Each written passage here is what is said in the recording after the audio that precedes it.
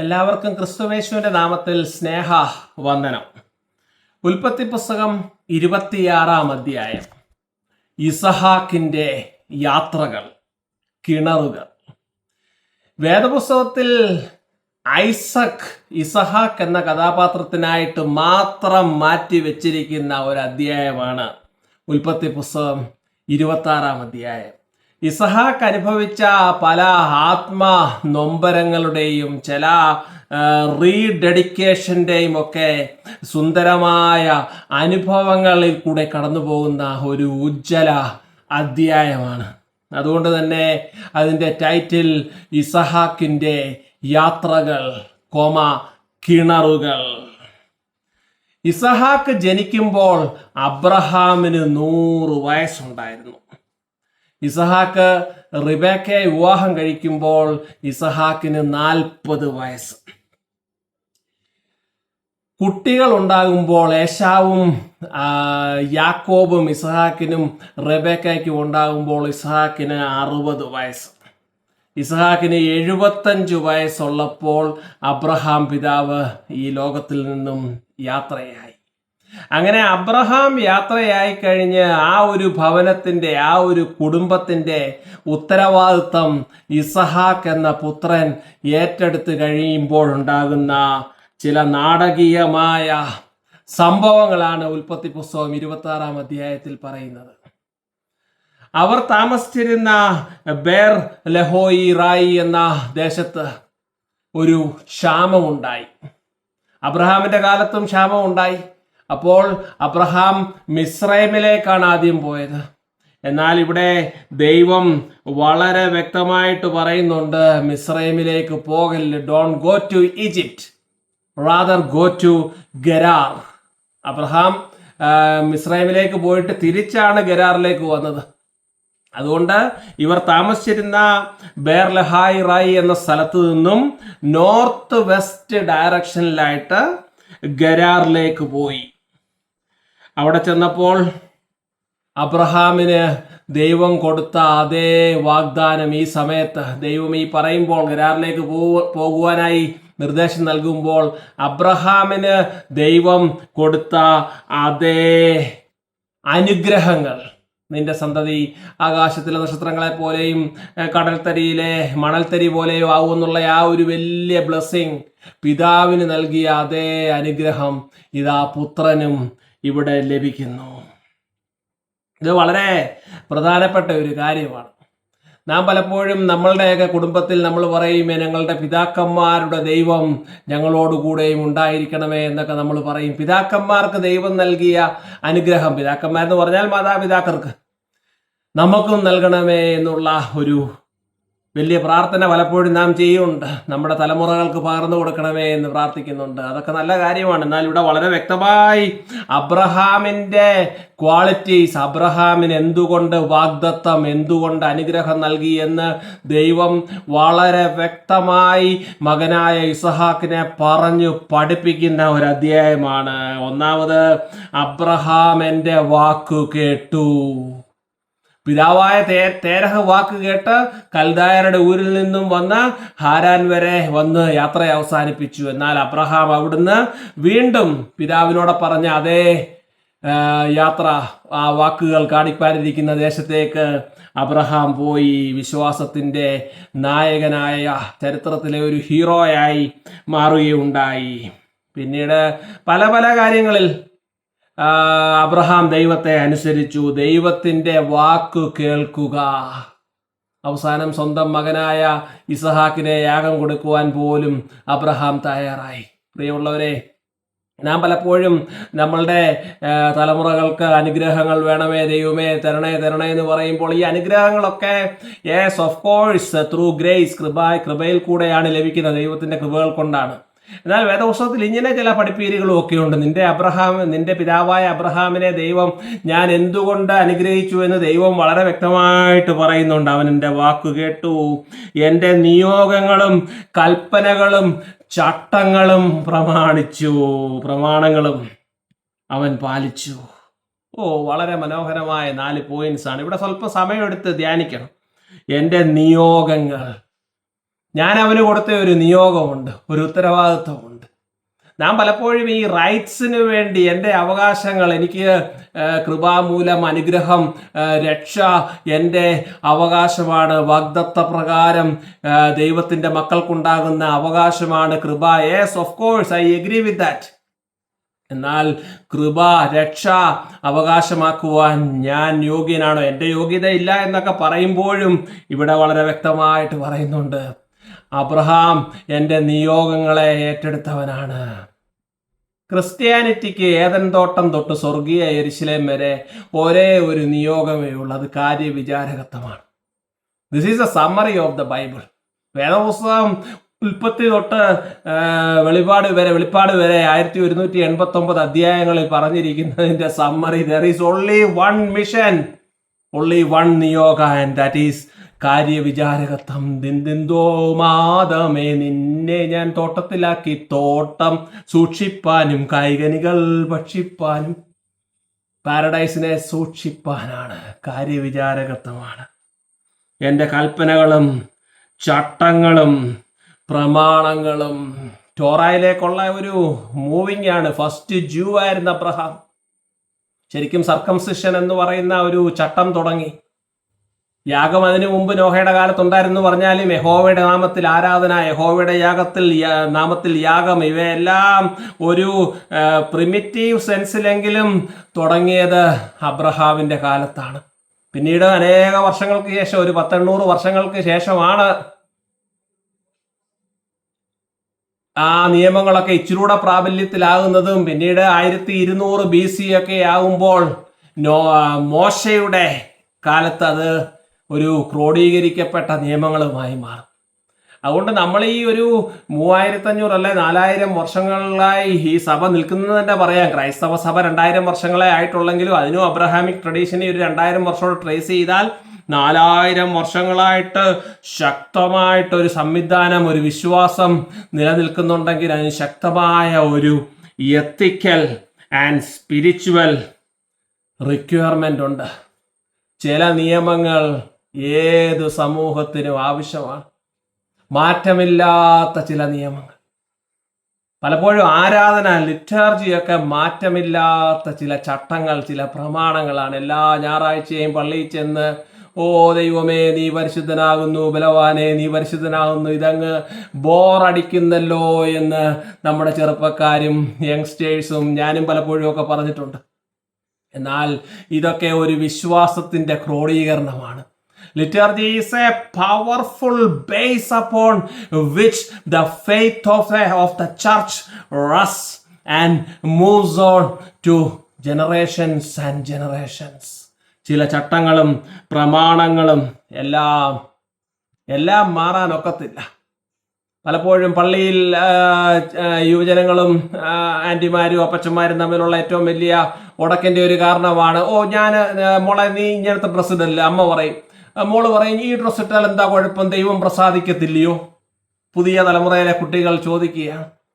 എന്നാൽ ഞാനിവിടെ വളരെ കൗതുകരമായിട്ട് ഈ വത്തിക്കാനിലെ സെൻറ്റ് പീറ്റേഴ്സ് ബസിലിക്കയൊക്കെ ഇങ്ങനെ നെറ്റിൽ നോക്കി. അതിനോടനുബന്ധിച്ച് മൈക്കിളാഞ്ചലോയുടെ പിയത്ത എന്ന് പറയുന്ന ശില്പമുണ്ട്. മദർ മേരിയുടെ മടിയിൽ യേശു കുരിശിൽ നിന്നിറങ്ങിയ യേശു മുറിവേറ്റ് കിടക്കുന്ന ഒരു മാർബിളിൽ തീർത്ത ഒരു ശില്പം. അതിലേക്ക് എൻട്രി ക്രൈറ്റീരിയ എന്ന് പറഞ്ഞ് ഞാൻ നോക്കി. അവിടെ ഒരു ഡ്രസ് കോഡുണ്ട്. 2026 ആ ഡ്രസ് കോഡിനെ ഒരു മനുഷ്യൻ ചോദ്യം ചെയ്യത്തില്ല. എൻ്റെ ഒരു സുഹൃത്ത് അത് കഴിഞ്ഞ് കഴിഞ്ഞ ആഴ്ച അവിടെ പോയി കണ്ടു. അദ്ദേഹം പറഞ്ഞു, അതെ ആ ഡ്രസ് കോഡ് വളരെ സ്ട്രിക്റ്റ് ആണ്. ഏത് ന്യൂ ജെന്നായാലും എവിടുത്തെ ജെന്നായാലും you have to follow that dress code if you want to enter and see the Pieta. നിങ്ങൾ ഇൻ്റർനെറ്റിൽ അടിച്ചു കൊടുത്താൽ മതി, dress code to watch Pieta. നിന്റെ സന്തതിക്ക് ഈ ദേശം നൽകും, ഭൂമിയിലെ എല്ലാ ജാതികളും നിന്നാൽ അനുഗ്രഹിക്കപ്പെടും. അങ്ങനെ ഇസ്ഹാക്ക് ഗരാറിലേക്ക് പോയി. അവിടെ അബീമലേക്ക് എന്ന് പറയുന്ന ആ പഴയ പേരുള്ള അതേ രാജാവുമായിട്ടുള്ള ഈ എൻകൗണ്ടറാണ്. പക്ഷേ വേദപണ്ഡിതന്മാരൊക്കെ പറയുന്നത് ഈ അബീമലേക്ക് എന്ന് പറയുന്ന ഒരു ടൈറ്റിലാണ്, ഈ സീസർ കൈസർ എന്നൊക്കെ പറയുന്നത് പോലെ. അതുകൊണ്ട് കാരണം അബ്രഹാമും ഈ അബീമലേക്ക് കിങ്ങുമായിട്ടുള്ള എൻകൗണ്ടറിന് ശേഷം 800-100 വർഷങ്ങൾക്ക് ശേഷമാണ് ഈ സംഭവം കഴിഞ്ഞിരിക്കുന്നത്. ചിലപ്പോൾ മകനോ അല്ലെങ്കിൽ അടുത്ത തലമുറയിലുള്ള രാജാവായിരിക്കും. അവിടെയും ഇങ്ങനെ ഒരു ഡിസെപ്ഷൻ വന്നു. ഇസഹാക്കിന്റെ ഭാര്യ റബേക്ക വളരെ സുന്ദരിയായതുകൊണ്ട് അബ്രഹാം സാറായെ പറ്റി ചെയ്തതുപോലെ തന്നെ ഇതെന്റെ സഹോദരിയാന്ന് പറഞ്ഞു. എന്നാൽ രാജാവ് കണ്ടുപിടിച്ചു ഇവർ തമ്മിൽ ചില സ്നേഹ സംഭാഷണങ്ങളിൽ പ്രത്യേക രീതിയിലുള്ള ജസ്റ്റേഴ്സ് ഒക്കെ ചെയ്യുമ്പോൾ രാജാവിന് മനസ്സിലായി ഇത് സഹോദരിയല്ല, ഇത് ഭാര്യ തന്നെയാണ്. അങ്ങനെ അബീമലേക്ക് ഇസ്ഹാക്കിനോട് ചോദിക്കുന്നു. ഇസ്ഹാക്ക് പറയുന്നു പ്രാണഭയം ഇങ്ങനെ പ്രശ്നം ഉണ്ടാകുമെന്ന് വിചാരിച്ചാണ് അങ്ങനെ പറഞ്ഞത്. ആ കുഴപ്പമില്ല. അങ്ങനെ രാജാവ് ഒരു റോയൽ ഡിഗ്രി ഇറക്കി. ഇനി ഈ റബേക്കയെ ആരെങ്കിലും തൊട്ടു കഴിഞ്ഞാൽ മരണശിക്ഷ നൽകും. ഐസക് ഗരാറിൽ സെറ്റിൽ ചെയ്യാൻ തീരുമാനിച്ചു. ഗരാറിൽ ദേശത്ത് വിതച്ചു, 100 മേനി കൊയ്തു. Extremely rich. അപ്പനായ അബ്രഹാം സമ്പന്നനായതുപോലെ മകനും റിച്ചായി. ദൈവത്തിൻ്റെ അനുഗ്രഹം. ആ രാജ്യത്ത് നിന്നിരുന്ന ഫിലിസ്തീയർക്ക് അവനോട് അസൂയ തോന്നി. അവർ കിണറുകൾ അടച്ചു, വെള്ളമൊക്കെ ബ്ലോക്ക് ചെയ്യുകയാണ്. ഇന്ന് ഈ ആധുനിക കാലത്ത് ചില സംസ്ഥാനങ്ങൾ ഞങ്ങൾ ഇവർക്ക് വെള്ളം കൊടുക്കത്തില്ല എന്നൊക്കെ പറഞ്ഞ് ഈ ഓടക്കൊക്കെ ഉണ്ടാകുമ്പോൾ വളരെ കൗതുകരമാണ്. 4000 വർഷങ്ങൾക്ക് മുമ്പ് അബ്രഹാം കുഴിച്ച കിണർ ഇസ്ഹാക്കിന്റെ സമയമായപ്പോഴത്തേന് ഇവരെല്ലാം ഇത് അടച്ചു. എന്നാൽ അവസാന അബീമലേക്കും വന്നു, എല്ലാവരും വന്നു. നീ വലിയ ബലവാനാണ്, നീ സമ്പന്നനാണ്, നീ ഞങ്ങളുടെ ഇടയിൽ താമസിച്ചു കഴിഞ്ഞാൽ ഞങ്ങൾക്കൊരു ബുദ്ധിമുട്ടാണ്, എപ്പോഴും ഞങ്ങൾക്കൊരു ചലഞ്ചാണ്, അതുകൊണ്ട് നീ ഇച്ചിരി ഇവിടുന്ന് മാറണം എന്ന് പറഞ്ഞു. ഇസ്ഹാക്ക് അത് കൃത്യമായിട്ട് അത് കേട്ടു. ഇച്ചിരി കൂടെ താഴോട്ട് പോയി ഗരാർ വാലിയിലേക്ക് പോയി. അവിടെ കൂടാരം അടിച്ചു. ഇപ്പോഴും ഒരു ഫുള്ളി സെറ്റിൽഡ് ആയിട്ടില്ല. അഗ്രികൾച്ചർ തുടങ്ങിയെന്ന് പറഞ്ഞാലും കൂടാരവാസിയായിരുന്നു. നികത്തിയ കിണറുകൾ പിന്നെയും കുഴിച്ചു. പഴയ പേരുകൾ തന്നെ അവർക്ക് കൊടുക്കുകയും ചെയ്തു. ഷെപ്പേഴ്സ്, അവിടുത്തെ ഗരാറിലെ ഇടയന്മാരുമായിട്ട് ചില അടിപിടികളും പ്രയാസങ്ങളും ഷണ്ണ കൂടി എന്നാണ് പറയുന്നത്. വഴക്കുണ്ടായി. അങ്ങനെ 2 കിണർ കുഴിച്ചപ്പോൾ ഇവർ തമ്മിൽ ചെറിയ വഴക്കുണ്ടായി. അതുകൊണ്ട് ഒന്നാമത്തെ കിണറിന്റെ പേര് യേശക്, അതിന്റെ പേര് ഷണ്ണ എന്നാണ് വഴക്ക്. രണ്ടാമത്തെ പേര് സിത്ന, അതും അത് തന്നെയാണ്. അങ്ങനെ 2 വഴക്കുകൾ ഉണ്ടായ 2 കിണർ കഴിഞ്ഞു. അത് കഴിഞ്ഞാണ് വഴക്കില്ലാത്ത ശണ്ട കൂടാത്ത രഹോബോത്ത് എന്ന കിണർ കുഴിച്ചു. അത് കഴിഞ്ഞിട്ട് അബ്രഹാം ഇസ്ഹാക്ക് പതുക്കെ ബേർഷേബ സൗത്ത് ഈസ്റ്റിലോട്ട് പോയി അങ്ങ് സെറ്റിൽ ചെയ്യുകയാണ്. ഇവിടെ രാജാവും അബിമലേക്കും അവിടെ എല്ലാവരും വരുന്നുണ്ട്. യാഗപീഠം, യഹോവയുടെ നാമത്തിൽ ആരാധന, കൂടാരം, കിണർ, ഇങ്ങനെ വളരെ സിംബോളിക് ആയിട്ടുള്ള ഒത്തിരി കാര്യങ്ങൾ ഈ അധ്യായത്തിലുണ്ട്. പിന്നീട് അബിമലേക്കിന്റെ കൊട്ടാരത്തിലെ അഡ്വൈസേഴ്സായ അഹിസാത്തും സേനാധിപനായ ഫിക്കോളും എല്ലാം വന്ന് ഗരാർ വാലി കഴിഞ്ഞിട്ട് ബേർഷേബായിൽ വെച്ച് ഇസ്ഹാക്കുമായിട്ട് സംസാരിക്കും. ഇസ്ഹാക്ക് ചോദിച്ചു, എന്തിനാ വന്നത്? ഞാൻ അവിടുന്ന് നിങ്ങൾ പറഞ്ഞ പ്രകാരം ഇനി പോകുന്നില്ലേ? അപ്പം ബോർഡറിലാണ് കിടക്കുന്നതെന്ന് ഓർത്തോണം. നമ്മുടെ ബോർഡറിൽ ഒരു ശക്തിമാനായ ഒരു ആൾ നിൽക്കുമ്പോൾ അദ്ദേഹത്തെ എപ്പോഴും നമ്മളൊരു അലൈയാക്കാനാണ് നോക്കുന്നത്, ശത്രുവാക്കാനല്ല. അതുകൊണ്ട് രാജാവ് പറഞ്ഞു, നമ്മൾ തമ്മിൽ ഒരു സഖ്യമൊക്കെ വേണം, നമ്മൾ തമ്മിൽ സമാധാനവും ശാന്തതയും ഒക്കെ വേണം. ഒരു ഫോർമൽ ഓത്ത്, ഒരു സത്യം നമുക്ക് എടുക്കാം. ഒരു കവനന്റ് ബാങ്കറ്റ്, അന്ന് രാത്രിയിൽ വലിയൊരു വിരുന്നൊക്കെ അവരൊരുമിച്ച് ഭക്ഷിച്ചു. നല്ല ഒരു മനോഹരമായ ഒരു രീതിയിലാണത് വെച്ചിരിക്കുന്നത്. പിറ്റേ ദിവസം രാവിലെ ഒരു പ്രതിജ്ഞ എടുത്തു, നമ്മൾ സമാധാനമായിട്ട് ശാന്തമായിട്ട് നിൽക്കുകയാണ്. അതിൻ്റെ ഒരു പ്രതിഫലം എന്നോണം ദൈവം അവിടെ ഒരു വെള്ളത്തിൻ്റെ ഉറവ വീണ്ടും കൊടുത്തു. ഷിബ, അങ്ങനെയാണ് ബർഷീബ എന്നാണ് ആ ഒരു സ്ഥലത്തിന് പേര് വന്നത്. അങ്ങനെ വളരെ നാടകീയമായ സംഭവങ്ങൾ നടക്കുന്ന ഒരു അധ്യായമാണ്. ഇതിനൊരു ഭാഗമുണ്ട്, അതിലേക്ക് നമ്മൾ കടക്കുന്നതിന് മുമ്പ് പൂർവ്വപിതാക്കളെ അനുഗ്രഹിച്ച ദൈവം തലമുറകൾ കൈമാറി അനുഗ്രഹം മുന്നോട്ട് പോകുമ്പോൾ ചില നിയോഗങ്ങളുണ്ട്. ദൈവത്തിൻ്റെ വാക്ക് കേൾക്കുക, അവൻ്റെ നിയോഗം, അവൻ്റെ കൽപ്പനകൾ, അവൻ്റെ ചട്ടങ്ങൾ, പ്രമാണങ്ങളെല്ലാം പാലിച്ച് നല്ല ഒരു എത്തിക്കൽ ആൻഡ് സ്പിരിച്വൽ റിക്വയർമെൻറ്റ് വളരെ വളരെ അത്യാവശ്യമാണ്. പുതിയ തലമുറയൊക്കെ ഇത് വളരെ ശക്തമായിട്ട് കേൾക്കണം. നമ്മുടെ പൂർവ്വ മാതാപിതാക്കളെ പട്ടിണി കിടന്ന ഒരു കാലം ഉണ്ടായിരുന്നു 100-120 വർഷങ്ങൾക്ക് മുമ്പ് ഈ കേരളത്തിൽ. അവിടെ നിന്ന് ലോകത്തിൻ്റെ എല്ലാ കോണിലേക്കും നമ്മളെ ചിതറിച്ച് നമുക്ക് നല്ല സമ്പത്ത് നൽകിയെങ്കിൽ അതിനു പിന്നിൽ ആ മാതാപിതാക്കളുടെ ഒരു കമ്മിറ്റ്മെൻ്റ് ഉണ്ടായിരുന്നു. ഞാൻ മാത്തമാറ്റിക്സ് അധ്യാപകനായിട്ട് ഒരു കാര്യം അതിനോടനുബന്ധിച്ച് പറയാം. പലപ്പോഴും കുട്ടികൾ വന്ന് പറയും, ഞങ്ങൾക്ക് വേദിക് മാത്സിൻ്റെ ടെക്നിക്സ് ഒക്കെ ഒന്ന് പഠിക്കണം. ഞാൻ ചോദിക്കുക എന്തിനാ? അതാകുമ്പോൾ വളരെ സിമ്പിളായിട്ട് കണക്കൊക്കെ ചെയ്യാമെന്ന് പറയും. ഞാൻ ചോദിക്കും, വേദിക് മാത്സ് എന്ന് പറയാൻ നിങ്ങൾക്ക് വേദിക് ഏജ് എന്താണെന്ന് അറിയാമോ?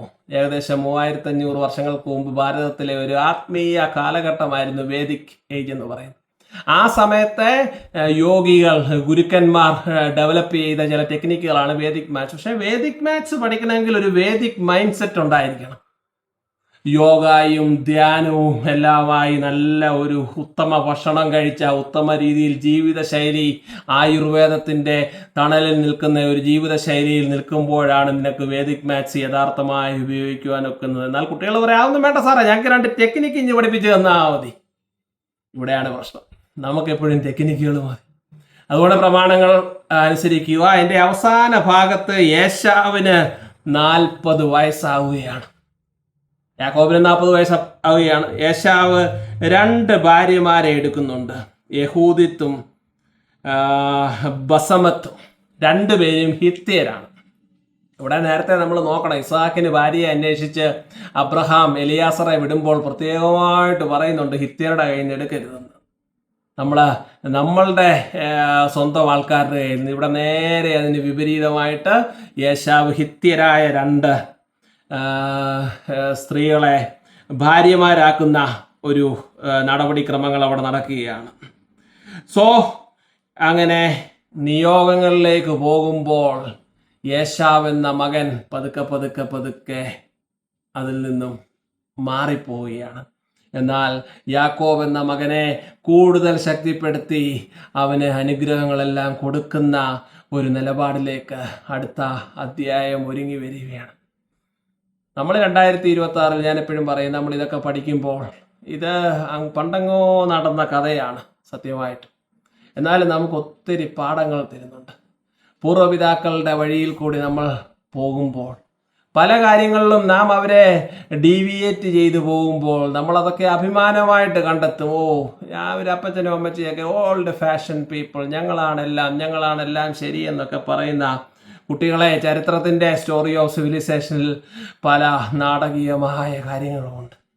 ധ്യാനിക്കാം ഇസഹാക്കിൻ്റെ യാത്രകൾ, ഇസഹാക്കിൻ്റെ കിണറുകൾ, ഇസഹാക്കിൻ്റെ ജീവിതത്തിലെ ഏറ്റവും പ്രധാനപ്പെട്ട കാര്യങ്ങൾ ഇതാ ഇവിടെ സംഭവിച്ചു കൊണ്ടിരിക്കുന്നു. കിണറുകളുടെ കഥ പറയുന്നു. പ്രയാസമില്ലാതെ ഉണ്ടായ കിണറാണ് രഹോബോത്ത് എന്ന് പറയുന്നത്, ഷിബ എന്ന് പറയുന്ന കിണർ. പ്രയാസമുണ്ടായത് യേശക്കും സിത്നായും. ഞാൻ ഈ പ്രസംഗങ്ങളൊക്കെ, ഈ നോട്ട്സൊക്കെ തയ്യാറാക്കി എല്ലാം വേദപുസ്തകം നോക്കി സ്റ്റഡി ബൈബിളും ഒക്കെ റെഫർ ചെയ്ത് നല്ല നോട്ട് ബുക്കിൽ അങ്ങ് എഴുതും. വളരെ കാര്യമായിട്ട് എഴുതി കഴിഞ്ഞ് തയ്യാറെടുത്ത് തന്നെയാണ് ഈ പ്രസംഗങ്ങൾ തയ്യാറാക്കുന്നത്. വെറുതെ ഓഫ് ഹാൻഡായിട്ട് പറയുന്നതല്ല. എല്ലാ തയ്യാറെടുപ്പും കഴിഞ്ഞിട്ട് ഗൂഗിൾ ജെമിനായി തുറക്കും, എന്നിട്ട് അതിനകത്തോട്ടൊന്ന് ഇട്ട് കൊടുക്കും, ജെനസിസ് 26 എനി അഡീഷണൽ കമൻസ് അല്ലെങ്കിൽ എനി കമൻസ്. അങ്ങനെ വരുമ്പോൾ കുറച്ച് അഡീഷണൽ പോയിന്റ്സ് കൂടെ കിട്ടും. അങ്ങനെ നമ്മളുടെ ധ്യാനത്തിനൊരു പൂർണ്ണത നൽകും. ഞാൻ ഈ കഴിഞ്ഞ ദിവസം ഇതിൻ്റെ അവസാനം ഗൂഗിൾ ജെമിനായോട് ഒരു ചോദ്യം ചോദിച്ചു. ഈ ഉൽപ്പത്തി പുസ്തകം 26-ാം അധ്യായത്തിനെ അധികരിച്ചുള്ള ഏതെങ്കിലും പാട്ട്, ക്രിസ്തീയ പാട്ടുണ്ടോ എന്ന് ചോദിച്ചു. അപ്പോൾ 2021-ലോ 20-ലോ എങ്ങാണ്ട് ഒരു പാസ്റ്റർ പ്രിൻസ് അന്തേരിൽ എന്ന ഒരു സഹോദരൻ എഴുതിയ ഒരു നല്ല ഒരു പാട്ട്, ഞാനത് യൂട്യൂബിലൊക്കെ പോയി നോക്കി, അത് ഏകദേശം ഒക്കെ ഒന്ന് പഠിച്ചു. പക്ഷേ ഞാനൊരു പാട്ടുകാരനൊന്നുമല്ല, എങ്കിലും നല്ല ഒരു പാട്ടാണ്. നമുക്കതൊന്ന് കേൾക്കുന്നത് നല്ലതായിരിക്കും. യഹോവ എനിക്കായി വെളിപ്പെടുന്നു, ഉടമ്പടിയോ മാറിയില്ല. രഹോബോത്ത്, ആ കിണറിനെ പറ്റിയാണ്. രഹോബോത്ത് എനിക്കായി വെളിപ്പെടുന്നു, ഉടമ്പടിയോ മാറിയില്ല. വാക്കുമാറാത്തവൻ ദേശത്ത് ഉറവകൾ തുറന്നിടും. ആരാധിക്കും ഞങ്ങൾ പ്രതികൂല മധ്യേ, യേശുവിൻ നാമത്തിൽ ജയം കണ്ടിടും. ഇവിടെ പഴയ നിയമത്തിലെല്ലാം പ്രതികൂലമാണ്, അത് യേശുവുമായിട്ട് കണക്ട് ചെയ്ത നല്ല വരികളാണ്. ഭയപ്പെടില്ല, കർത്തൻ കൂടെയുണ്ട്, നികത്തിയ നന്മകൾ കരത്തിൽ തരും. പിതാക്കന്മാരുടെ കാലത്ത് ശത്രു വന്ന്, എതിരാളികൾ വന്ന് നികത്തിയ നന്മകൾ കരത്തിൽ തരും. രഹോബോത്ത് എനിക്കായി വെളിപ്പെടുന്നു. ഉടമ്പടിയോ മാറിയില്ല. വാക്കുമാറാത്തവൻ ദേശത്ത് ഉറവകൾ തുറന്നിടും. ഇസഹാക്കിന്റെ യാത്രകൾ, കിണറുകൾ. ആമീൻ.